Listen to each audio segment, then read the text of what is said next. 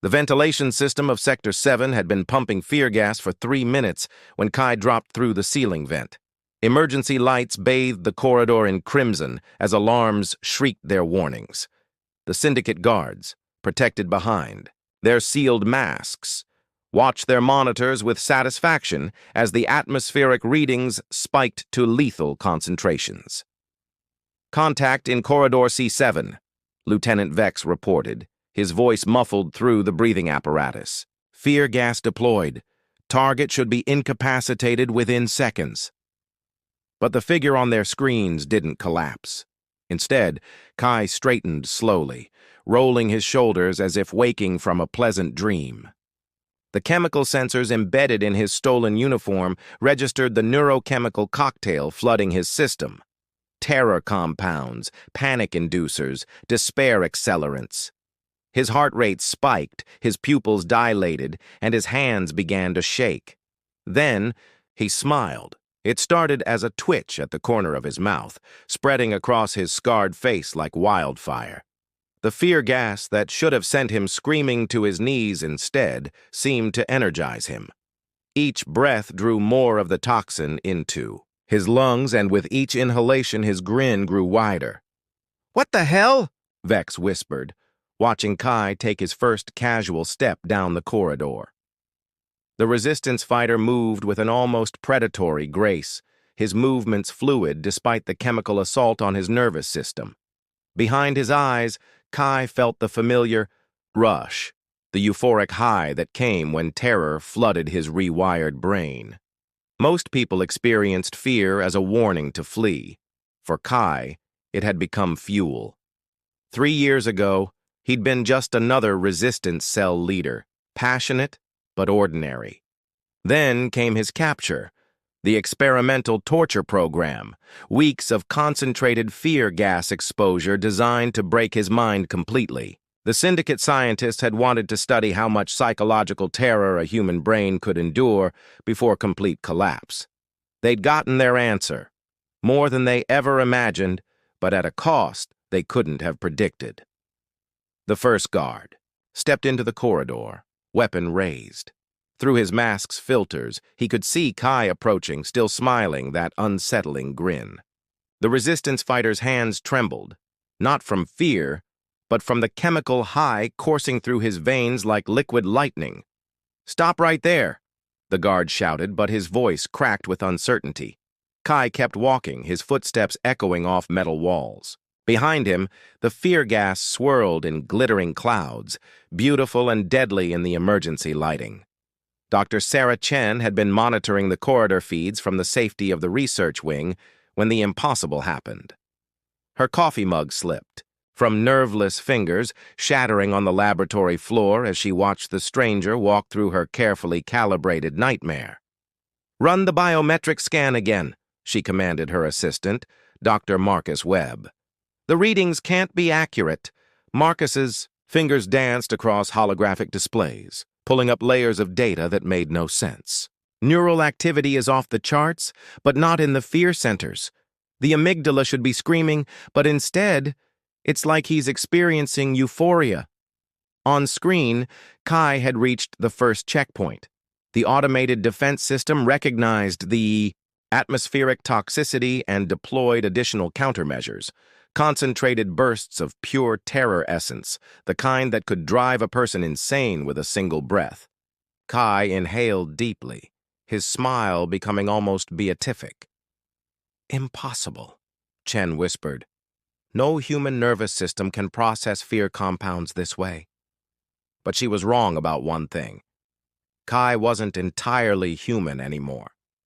The first guard's weapon discharged. In panic, energy bolts searing the air around Kai's head. The resistance fighter didn't dodge. He didn't need to.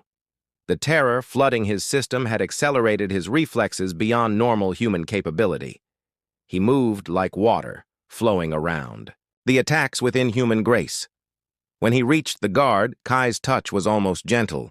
His fingers found the pressure points at the base of the man's neck, and the guard collapsed unconscious. Through the fallen soldier's mask, Kai could smell the recycled air, free of the beautiful toxins that now sustained him. "Please," the guard whispered as consciousness faded. "What are you?" Kai knelt beside him, still grinning. "I'm what they made me," he said softly. "Their perfect mistake." 3 corridors deeper, Captain Elena Vasquez was assembling her strike team. She'd heard the reports, seen the impossible footage, but 30 years of military service had taught her that every enemy had weaknesses. The key was finding them before they found you. "Deploy Mecha 7. Fear gas," she ordered. "Triple concentration. If he's somehow resistant to standard compounds, we'll see how he handles the experimental batch." Her soldiers moved with practiced efficiency, sealing corridors and flooding the path ahead with enough chemical terror to paralyze a battalion. Through their tactical displays, they watched Kai approach like a shark sensing blood in the water.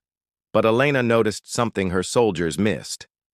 Between the grin and the graceful movements, there were cracks in the performance. Kai's left hand trembled not from chemical effects, but from something deeper. His eyes, while bright with artificial euphoria, held shadows that spoke of a soul, being consumed from within. She'd seen addicts before. The signs were unmistakable. "Hold positions," she commanded. "Let him come to us." Dr. Chen abandoned her laboratory and raced through the facility's secure passages, driven by scientific curiosity that overrode her survival instincts. If someone had developed immunity to their fear compounds, the implications were staggering. But as she studied the biometric readings streaming from the corridor sensors, a different picture emerged. "Not immunity," she breathed, understanding finally striking like lightning. "Addiction." She'd heard whispers of the experimental program 3 years ago, Project Mindbreak, they'd called it. The systematic exposure of resistance prisoners to concentrated fear compounds, pushing human psychology beyond all known limits. The project had been classified as a failure when all test subjects either died or went catatonic, except one had apparently slipped through the cracks. Through the facility's communication system, she could hear Captain Vasquez coordinating her forces.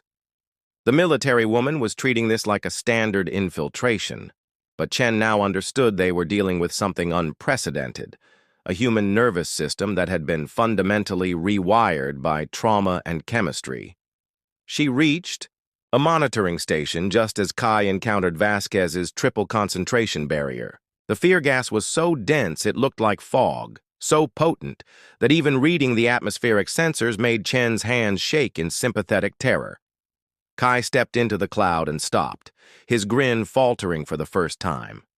For a moment, Chen thought the enhanced compounds had finally overwhelmed him. Then she saw his expression change, not to fear, but to something approaching ecstasy. He threw back his head and laughed, the sound echoing through the corridor like broken music. His body convulsed, but not in agony. In pleasure so intense it bordered on religious experience.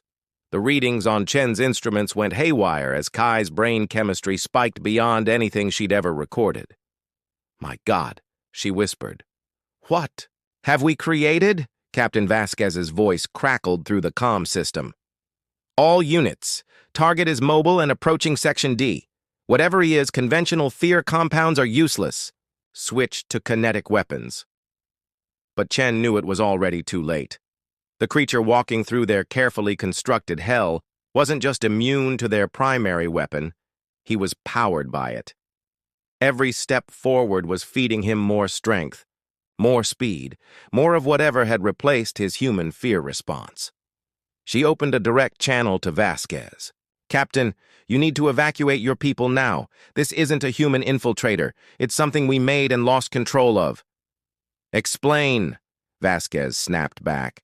"Project Mindbreak. We thought all the subjects died, but one survived. The fear gas isn't hurting him. It's making him stronger. He's not here to steal information or plant explosives. He's here because he needs this place. He's addicted to what we've created." Through the monitors, they watched Kai reach the end of the chemical corridor. His movements had become almost dance-like, fluid and predatory. When he looked directly at one of the security cameras, his grin seemed to reach through the screen. But Chen noticed something else, something that chilled her more than any fear compound ever could. In Kai's eyes, behind the chemical euphoria and inhuman grace, was a spark of recognition. He knew they were watching. He knew what he'd become. And some small part of him was screaming. Captain Vasquez had faced enemy combatants, alien predators, and cosmic horrors during her 3 decades of service, but nothing had prepared her for fighting someone who treated their most lethal weapon as a performance enhancer. She watched Kai's approach through multiple camera feeds, noting the predatory grace that came with each breath of fear gas he inhaled. "Fall back to Section E," she commanded her strike team. "Kinetic weapons only. And someone get me a direct line to the research division. I want to know everything about Project Mindbreak." Her soldiers moved with professional efficiency, but she could see the uncertainty in their movements. They'd trained to fight humans, not whatever Kai had become. Through her tactical display, she tracked his progress, moving with purpose toward the facility's core, where the primary fear gas processing plant operated around the clock. Dr. Chen's voice crackled through her earpiece. "Captain, I've been reviewing the Mindbreak files. The subject, designation MB7, was exposed to experimental compounds for 63 days before his apparent death. His neural pathways were completely rewritten. He doesn't just tolerate fear gas, his brain now requires it to function." "So, he's an addict," Vasquez muttered, positioning her team at key choke points. "Addicts have predictable patterns." "It's more complex than that. The fear compounds trigger massive endorphin releases in his modified brain. He experiences terror, as pure euphoria. But prolonged exposure is killing him. His humanity is being chemically burned away with each hit." Vasquez absorbed this information, her strategic mind already working. "What happens if we cut off his supply?" "Withdrawal. Probably fatal." Through the corridor ahead, Kai appeared like a specter wreathed in chemical fog. He moved past her. First, defensive position, without engaging, his attention focused entirely on the facility's heart. For the first time, Vasquez realized this wasn't an attack. It was a pilgrimage. "He's not here to destroy the facility," she said into her calm. "He's here to feed." Private Torres, her youngest soldier, raised his weapon with shaking hands. "Captain, what are our orders?" Vasquez studied Kai's approach, noting details her tactical training had taught her to observe. Despite his inhuman grace, there were signs of deterioration. His left eye twitched irregularly, his breathing was shallow, and beneath the chemical-induced grin, his skin had a gray pallor that spoke of systematic poisoning. He was dying. Slowly but surely, consumed by the very substance that gave him power. "New plan," she announced. "We don't stop him. We follow him." "Ma'am?" Torres asked, confusion evident in his voice. "He needs the processing plant to survive, but every hit of those compounds brings him closer to death. We let him have what he came for, then we document what happens next." Kai passed the second checkpoint, his movements becoming more fluid as the fear gas concentration increased. But Vasquez noticed something else, moments of clarity breaking through the chemical euphoria. Brief instants where his grin faltered, and something human flickered behind his eyes. Dr. Chen's research had missed something crucial. The addiction wasn't complete. Part of Kai was still fighting, still aware of what he'd become. The question was whether that part was strong enough to matter when the time came to choose between mission and salvation. As they followed him deeper into the facility, Vasquez began to understand they weren't just dealing with a failed experiment, they were witnessing a tragedy in real time. The processing plant's core chamber was a cathedral of terror, its walls lined with crystalline containers that held liquid fear in its purest form. Massive pumps circulated the compounds through the facility's ventilation system, while automated synthesizers created new horrors from harvested human emotions. It was beautiful in its efficiency, terrifying in its purpose.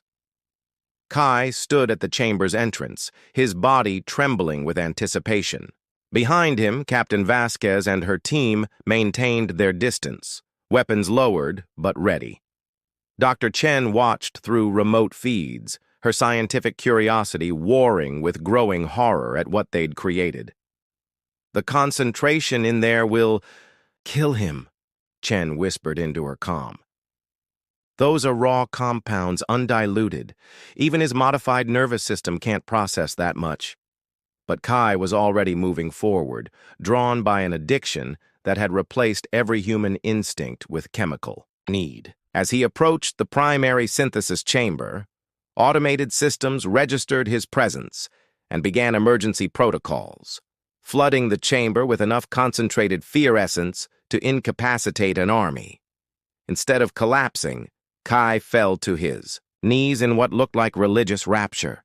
His grin became a rictus of impossible pleasure as the compounds invaded his system. Every breath drew more poison into his lungs. Every heartbeat circulated more toxins through his modified brain. For a moment, he was invincible.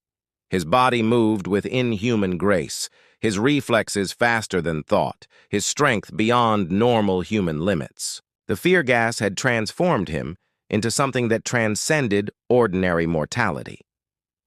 Then the first crack appeared. His left eye began to bleed, a thin trickle of crimson that spoke of blood vessels rupturing under chemical assault. His breathing became ragged, then desperate. The grin remained, locked in place by neurochemical overload, but behind his eyes something human was dying. "Kai," Dr. Chen called through the facility's communication system, using his real name for the first time. "You can still choose. You can still walk away." He turned toward the nearest camera, and for a moment the chemical euphoria flickered. In that instant, Vasquez saw not a monster or a weapon, but a man who'd sacrificed everything to fight a system that fed on human suffering. The irony was devastating. He'd become the perfect enemy of fear by surrendering to it completely. "I remember," he whispered, his voice barely audible over the pumping machinery. "I remember who I was before." The memory lasted only seconds before the compounds reasserted their hold. But in that brief moment of clarity, Kai made his choice. Instead of seeking the pure synthesis chamber that would grant him ultimate euphoria and certain death, he turned toward the facility's control center.